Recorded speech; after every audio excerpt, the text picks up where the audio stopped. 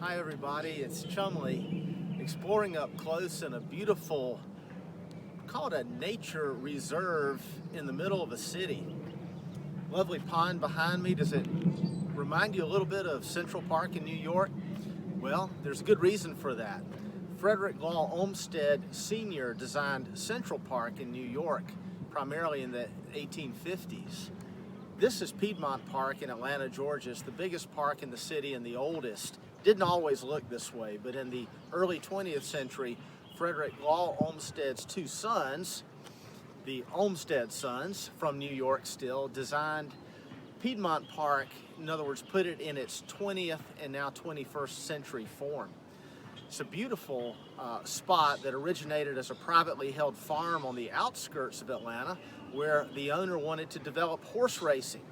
Well, there was some horse racing, but famously along came football. In fact, the first football games between Georgia and their longest rival, not Georgia Tech, but Auburn University, were played on the grounds of Piedmont Park. This was also the site in the late 19th century of two famous exhibitions that put Atlanta on the map in the Industrial Revolution. The first was called the Piedmont Exposition in the late 1880s, but the most famous by far was the Cotton States and International Exposition of the year 1895. It was Atlanta's attempt to showcase it to the world, attract foreign investment from the north, to tout their city as a place that was well connected by rail.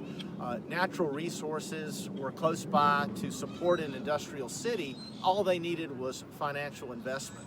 It worked. Atlanta overnight became one of the fastest growing cities in America, and especially in the South.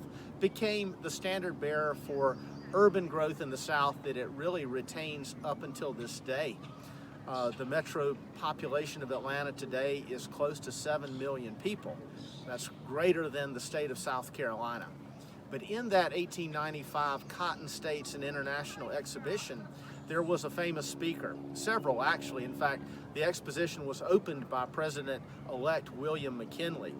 But Booker T. Washington spoke to the crowd and announced what has been known as the Atlanta Compromise. Somewhat controversial, but he said to white potential investors in Atlanta business that the black population of Atlanta and the South was prepared to be the laboring class if the white owners would only hire them, give them some amount of economic growth, that is a better paycheck in their bank accounts for their labor services.